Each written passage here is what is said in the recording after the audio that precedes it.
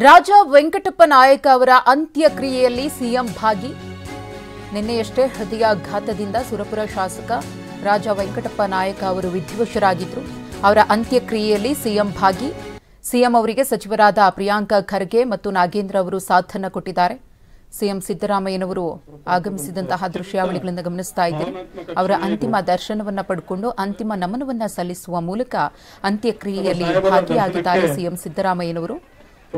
ರಾಜ ವೆಂಕಟಪ್ಪ ನಾಯಕ ಅವರನ್ನ ಕಳ್ಕೊಂಡು ದುಃಖತಪ್ತರಾಗಿರುವಂತಹ ಕುಟುಂಬಸ್ಥರಿಗೆ ಸಾಂತ್ವನ ಹೇಳುವಂತಹ ಕೆಲಸವನ್ನ ಕೂಡ ಸಿಎಂ ಸಿದ್ದರಾಮಯ್ಯನವರು ಮಾಡಿದ್ದಾರೆ.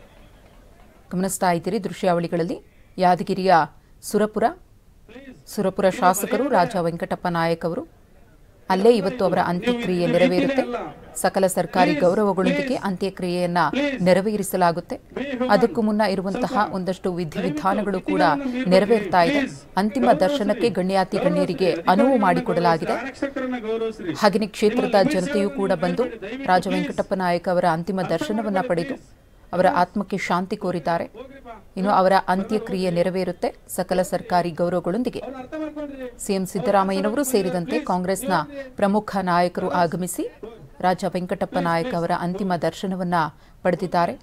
ರಾಜ ವೆಂಕಟಪ್ಪ ನಾಯಕ ಅವರಿಗೆ 67 ವರ್ಷ. ನಿನ್ನೆ ಮಣಿಪಾಲ್ ಆಸ್ಪತ್ರೆಯಲ್ಲಿ ಹೃದಯಾಘಾತದಿಂದ ನಿಧನರಾಗಿದ್ರು.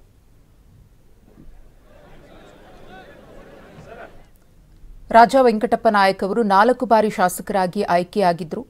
ಜನಮೆಚ್ಚುಗೆಯನ್ನು ಗಳಿಸಿದ್ರು, ಜನಮನ್ನಣೆಯನ್ನು ಪಡೆದಿದ್ರು. ತಮ್ಮ ಕಾರ್ಯವೈಖರಿಯಿಂದ ಮತ್ತು ಕ್ಷೇತ್ರಕ್ಕೆ ತಾವು ಸಲ್ಲಿಸಿದಂತಹ ಕೊಡುಗೆಯಿಂದಾಗಿ ಜನರ ಪರವಾಗಿ ಸದಾ ಇರ್ತಾ ಇದ್ದಂತಹ ಜನಸ್ನೇಹಿ ಶಾಸಕರು ಅನ್ನೋ ಹೆಸರಿಗೂ ಕೂಡ ಪಾತ್ರರಾಗಿದ್ದರು ರಾಜ ವೆಂಕಟಪ್ಪ ನಾಯಕ್ ಅವರು. ಅವರನ್ನು ಕಳ್ಕೊಂಡು ಕಾಂಗ್ರೆಸ್ ಪಾಳೆಯ ಬಡವಾಗಿದೆ. ಹಾಗೆಯೇ ಇಡೀ ಕ್ಷೇತ್ರವೂ ಕೂಡ ಕಣ್ಣೀರನ್ನ ಹಾಕ್ತಿದೆ.